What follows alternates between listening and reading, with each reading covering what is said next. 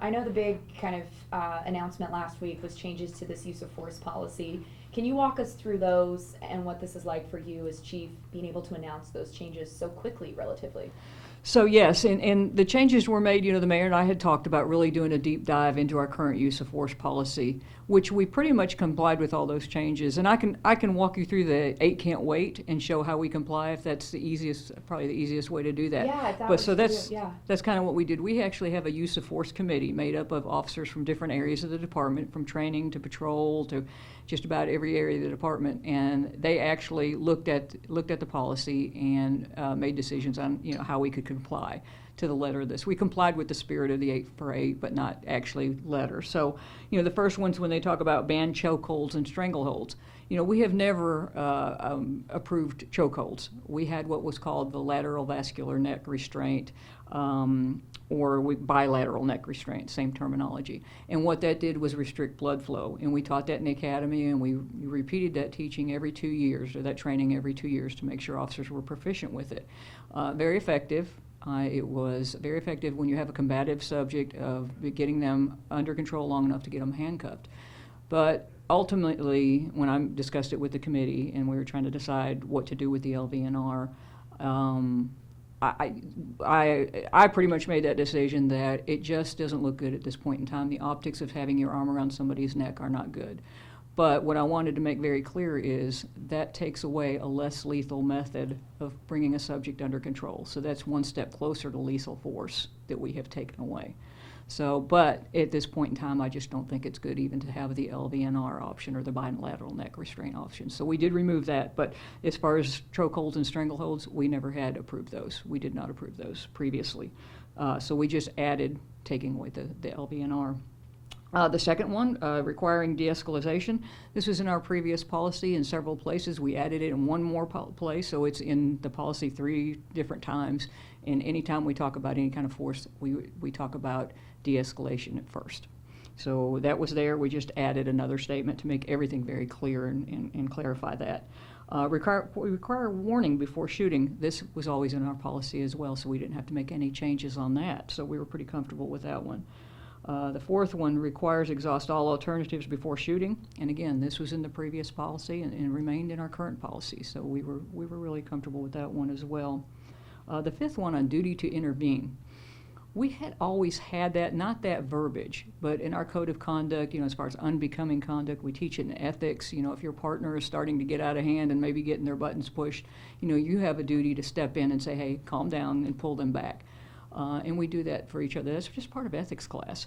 But we put that exact verbiage now in our policy that officers do have a duty to intervene when something against policy or against the law is going on. Not only that, they have a duty to report. And so we added that to our use of force policy and our code of conduct.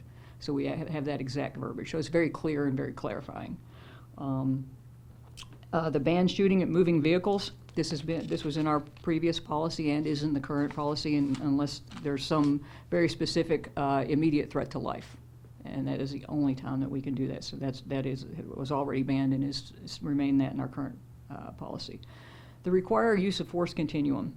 We've always taught the use of force continuum.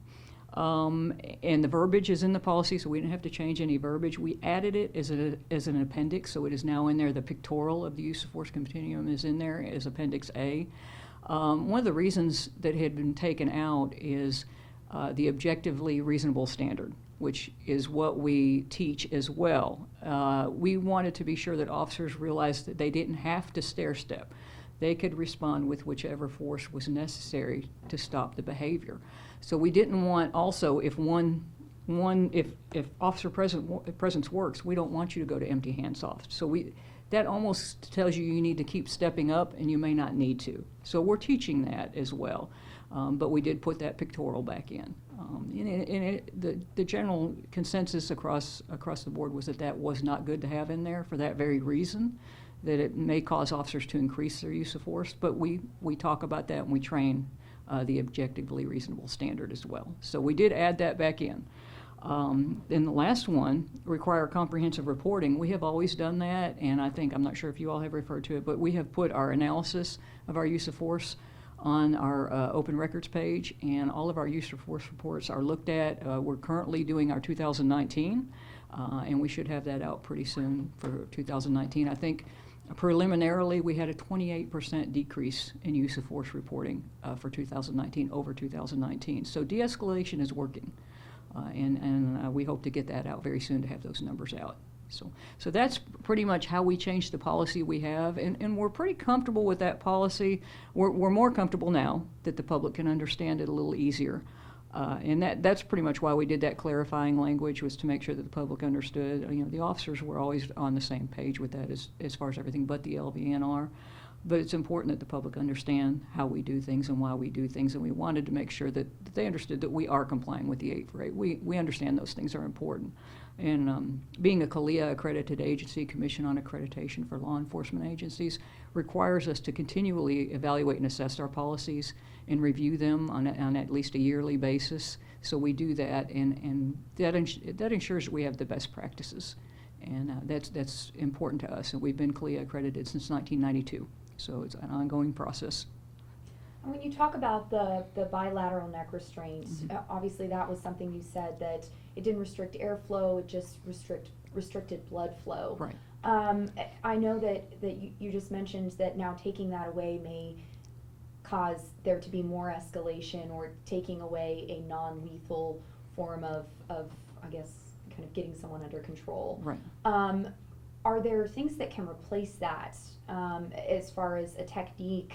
Because there is so much concern about, you know, that area of the neck being so sensitive right now. Well, we definitely have other things that we have, you know, in empty hand soft and empty hand hard, we teach different techniques. So it's not that we just have 4 or 5 tools. I mean, there's pressure points that we can use for pain compliance when we go to empty hand hard, and there are other things. That's just one tool that has been used effectively, and I don't have the exact numbers. I know it was more than 5 times last year, less than 10. I think it was about 8 or 9 that we used it very effectively. And it did stop the aggression, and we were able to get a suspect handcuffed and under control. But we'll use our other less lethal as much as we can, but it does take away one of those less lethal options. And that was, I think you've answered that, of why this was used and in the policy before, because it wasn't lethal and it wasn't a chokehold, you know, as far as compared to other things. Right. And it didn't cause injury, and it gave us the option to gain enough time to handcuff the subject and get them under control. So yeah. And I think clarifying that, of course, is helpful. Do you think that removing that makes officers less safe, or is it now kind of more reliance on those other techniques that you were talking about? I think that's a good way to put it. You have to rely on the other techniques we have. It just took one tool out of that toolbox. So, you know, we just don't have that anymore, and we'll rely on the other things. You know, we understand the very presence is a use of force. When we initially show up in this uniform, that's a use of force right there. And then we have, you know, verbal commands are a use of force. So we understand all this. It's just taking away one thing, and we'll rely on our other things and our other de-escalation tactics. So. And I think hearing a chief of police in a large city say that you understand your uniform is in and of itself a use of force, I think that's a message that we don't often hear from other chiefs of police across the country. But is that something that's taught? Or do you have conversations with your officers about just wearing the uniform and what connotations come with that? Oh yes, it starts in the academy. We've taught that since 1993 when I first came on. That is the base of use of force, just your mere presence. So that's been continually taught, and other agencies I'm aware of they teach the same thing. So that it's very important to note that, because we realize when we step in, you know, especially with somebody who has maybe some mental issues or is just, you know, going through hard times, just somebody showing up in this uniform can be a difficult thing. And I know you can't comment specifically on lawsuits that are going on right now, but what you just said seems like a message too. Do you have a general message for people with all of these conversations going on about use of force, sure, that you can share with this Knoxville community and maybe others who are listening to you? Mm-hmm. So the one thing I would really like to convey, our policy is out there, the things we do are out there, and Clarence Vaughn, the former park director, was very good about this. Comply now, complain later. Please don't fight us. That seems to be, we find now that people seem to think it's okay if we need to arrest them. We explain what we're doing. We'll explain to you why we're giving a citation. We'll explain why we're arresting you. But when when the combatant starts, when the fighting starts, when the aggression starts, we have to rise up and we have to get that person in custody. If you think you're being arrested and you shouldn't be, if you think you're given a citation and you shouldn't, please just comply now. And even once you're in the back of the patrol car, ask for a supervisor to come to the scene. Or go to park after it's all over and you're back out, or come to the internal affairs unit. It's that escalation of force that starts with that person not wanting to be arrested that gives the baseline for this having to happen. And we don't want anybody in our community hurt. We don't want our officers hurt. We don't want to have to lay hands on people. That's not our first. We want to verbally get, if we can talk somebody in the back of a patrol car, that's our preferred method for sure. And when we talk about, the community, and we've talked a lot about the community's perception of the use of force policy, the uniform, when you hear members of your community calling to defund the police, what to you, I guess, what do you hear when people are saying that? Is that something that you see as being realistic or not? So, if you defund the police, to me means take money from my budget. My budget, more than 90%, I think, is personnel. Right now, I am authorized to 416 officers. I have 367 right now. So we have been doing more with less for quite a while. And we have been, we've talked about recruitment before, really trying to recruit good people and people who have a heart to serve to come help us. So these officers have been working hard. They've been working extra shifts. They have been working under adverse conditions now. And it's been very difficult. So when I hear defunding and not being able to get those positions back to give these folks a break, to give these officers, these men and women a break, and get them back to their families and just have downtime, that hurts me. The other thing that's part of our budget that would probably be cut is training. And we certainly don't need to stop our training now. Training is the most important thing we do with our officers, to make sure that they understand our policy and procedure and that they comply with it, and for us to be able to get certifications outside the department to teach these different things. We have to go elsewhere. We don't want to just rely on what we know. We want to rely on best practices and what goes on in other places. So that's very important to us, and to lose those dollars would be hard. And I think it would be very detrimental to the effectiveness that we have now. I do understand the push for more social workers to assist us. But if you take away positions from me and give those positions to social workers, first of all, it's probably going to take 2 to 3 positions to fund one social worker. Officers don't make the salary that a social worker makes. But the other thing that would happen is, we have mobile crisis and some other things like that available to us, but even those folks don't want to go by themselves. They want an officer to stand by. Our ambulance service now, on a lot of calls, will not go in until an officer is there. So it's not going to take work away from us to have more social workers, which we welcome, because we are not PhDs. We are not master's level. We get, even our CIT officers that we rely heavily on, it's a 40-hour certification, and we can triage, but we can't treat, and we can't make the problems go away. So we do the best we can, and I welcome social workers to come in. I think that is important. I think that's a great alternative, but I also think that that's not going to take work away from us initially. Hopefully in the long run we get people help and we don't keep going back to the same people. So, do you think police officers, your officers, those 300 plus, are burdened with calls that a police officer shouldn't be called to? Sure, and I wish I could get to some for you right now. One of the ones that really is hit me, and one of my sons had heard it come out on the radio while I was at home one time, and we get these quite often, is especially elementary school kids. My son or daughter won't get up and go to school. Can you come make them? And these are calls people when they have no one else to call, they call 911. We got calls to deliver pizzas, we've got calls to take people different places, and some of these we tell people this is not a crime, we can't do that. But other times, it may escalate into violence. I'm having a dispute with my neighbor. My neighbor won't turn their music down. I mean, people are afraid to go knock on their neighbors' doors and say, hey, your music is too loud, and they call us to do that. That's a frequent call. Would having a social worker help with that? I'm not sure. I mean, because I'm not sure that even a social worker would go out and say, hey, turn your music down, or mediate that. You need to realize that your neighbor works at night. So there are quite a few calls that are not police-related calls that we would love to triage and send somewhere else. But In the long run, when nobody else will go, we go, because we're here 24/7. Do you think that there needs to be more training added to just I say the basic training, but to that training program? Should there be more time added to it, different things added than what's already offered? You know, I can never say we've had enough training, but you know, even at that, at some point how many things can we train on? We can, you know, we train on accident reconstruction, and we train on all the other calls that we answer, and so, you know, homelessness issues, and you know, we train on, you know, we even get a basic in medical assistance. You know, we have tourniquets. So there are so many things. At some point, we've got to decide. You know, we have to triage that. What's most important? How much training can we have? And that's why, you know, we have about 80 officers certified in crisis intervention. And because not every officer is great at that. They all have a baseline knowledge. They all have 24 hours of experience, but not every officer is certified. And the officers who are certified do receive additional training as a group. So that's important. And so any updates or any new methods that come available, they do get that training. So I will never say we've had enough training, but we have to decide which training we need to prioritize. So.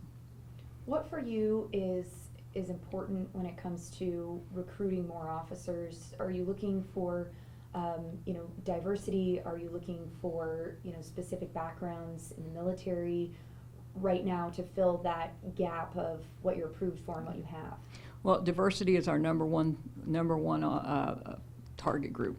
We realize we want to reflect the community we serve, and we don't do that right now.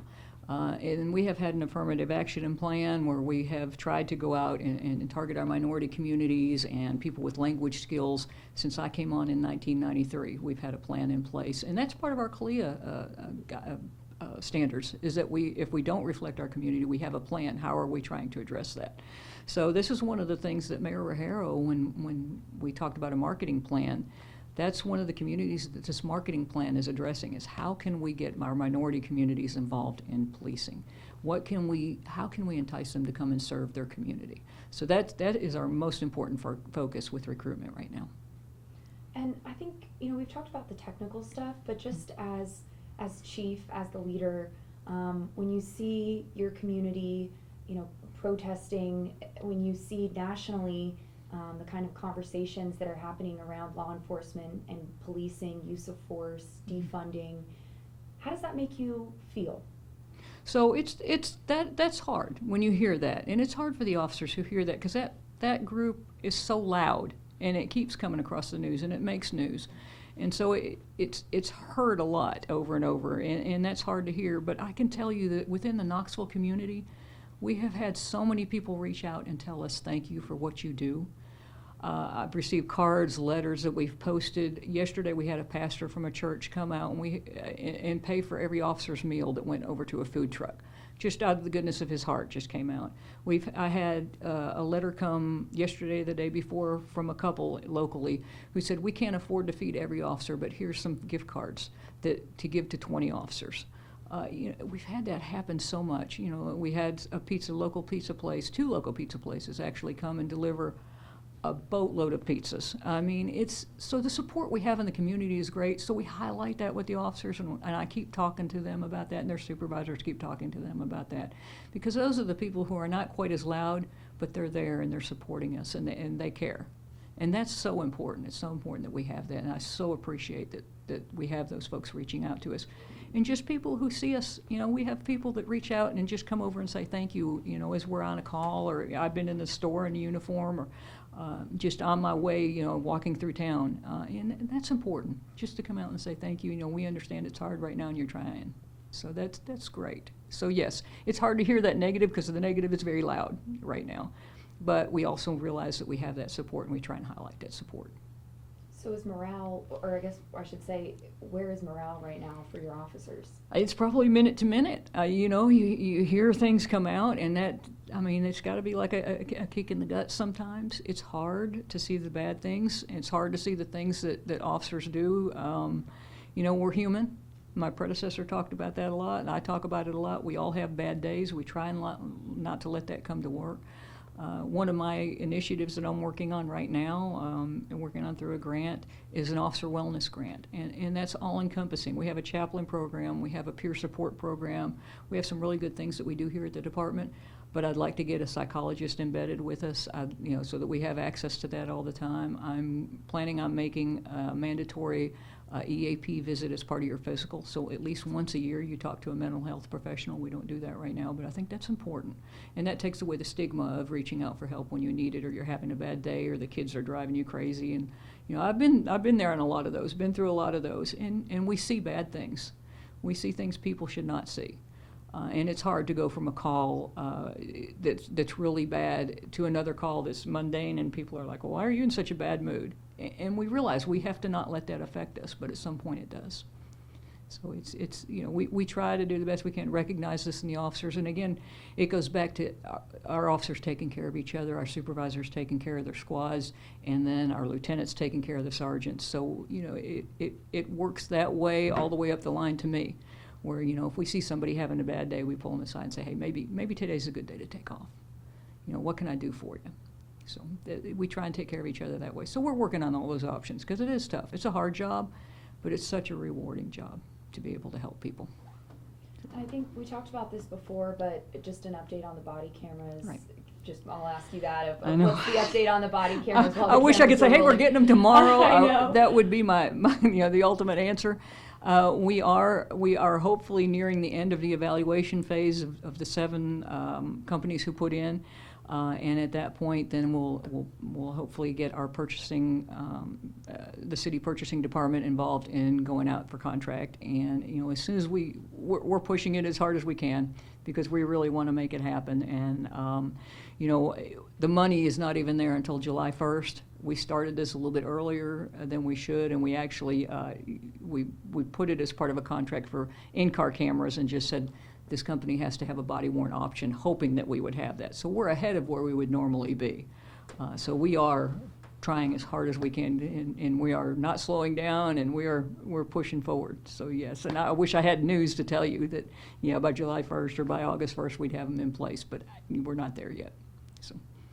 Is there anything I haven't asked or you haven't said that you think is important when we're talking about these bigger conversations, use of force, anything? I think you've asked some really good questions, and I appreciate that, because I appreciate the ability to get the word out, and that we want to be responsive to the community. And we understand that there's frustration with the way we do things, and we're trying to figure out how can we change to respond to the community in a way that still allows us to uphold our oath of office and uphold the law. And still serve the community. And especially during these times of COVID-19, we normally attend every community meeting we're aware of, which is somewhere between 70 and 100 a month, and we can't do that now. So we can't even reach out to our community and talk to our community and find out what their concerns are. And that's a huge source of information exchange that goes on that we don't have in place right now. So that's kind of difficult. So, but I do appreciate being able to talk about the changes in our use of force and how we are trying to respond, because it is important to our community that we have dialogue, and that, because we serve the community. We want to make sure we're doing it in the right way and the way they want us to do that. So thank you. Amazing. And I just had, I think you've already answered this. Okay. This was just more like technical for me to understand. I just realized, so you talked about reporting, mm-hmm. and I just wanted to, and just reading the press release last week, is there a difference between use of force and show of force forms that officers have to fill out? They are 2 different forms. That's correct. And the show of force is a new form. I forgot to add that in. Sorry. Thank you for adding that. I'm glad I thought of that too, because that was just. Can you clarify the Sure. use of force versus the show of force Right. forms? So a use of force is when force actually happens, and so we never considered pointing a firearm at someone a use of force, because we didn't actually use that firearm. But when you think about it, if you have a weapon pointed at you, that's pretty scary, and that seems like force. So we decided at this point, this was a good time to say, hey, we need to document that, find out how much it's going on. Is it being used very often?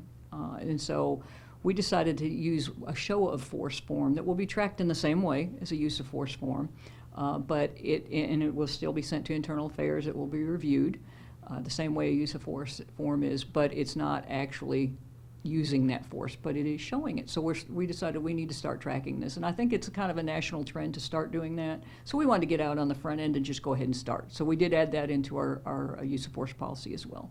So And thank you. Is a show of force only when you show your weapon, or can a show of force be something else? Right now, it's just your weapon, and we may evolve into something else, but it's just your weapon, and it's when you actually intentionally point it at somebody. So if we're searching a building, for example, if we think we have a burglary in progress at a building, maybe at a closed business, when we search that building, generally we will have our weapon out because we don't know what we'll encounter. If we were to encounter anybody, and we may raise that weapon and point it at them, we would do a form for that. If we're doing something like a felony stop, where we're performing a traffic stop with a suspect that we have information may have been involved, maybe in just burglarizing that building or hitting somebody or hurting somebody or shooting somebody, and we're doing what's called a felony stop because we think that there's a felonious person inside that vehicle, we will point our weapons at that person and give them directional controls to get out of the vehicle so we can handcuff them. At that point, we would do a show of force form for that because we did point that weapon directly at that person, and we have not done that in the past. So we're going to start document that.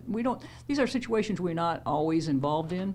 I don't feel like it's going to be something that we do on a regular basis 3 times a day, 4 times a day. I think it's very rare, but this way we'll know for sure and we'll be able to track that. And is that tracking starting now, once this was announced Started last week? when this policy went into place. Yes, ma'am. Thank you so much for clarifying that. No, thank you for that was a asking. note I had to Yeah. myself, so I wanted to make sure I Yeah, had asked that's that good. because I didn't want to mix those two things up because Yeah. they are very different. They're different, but obviously. yeah, I think it's good to track. So, Yeah.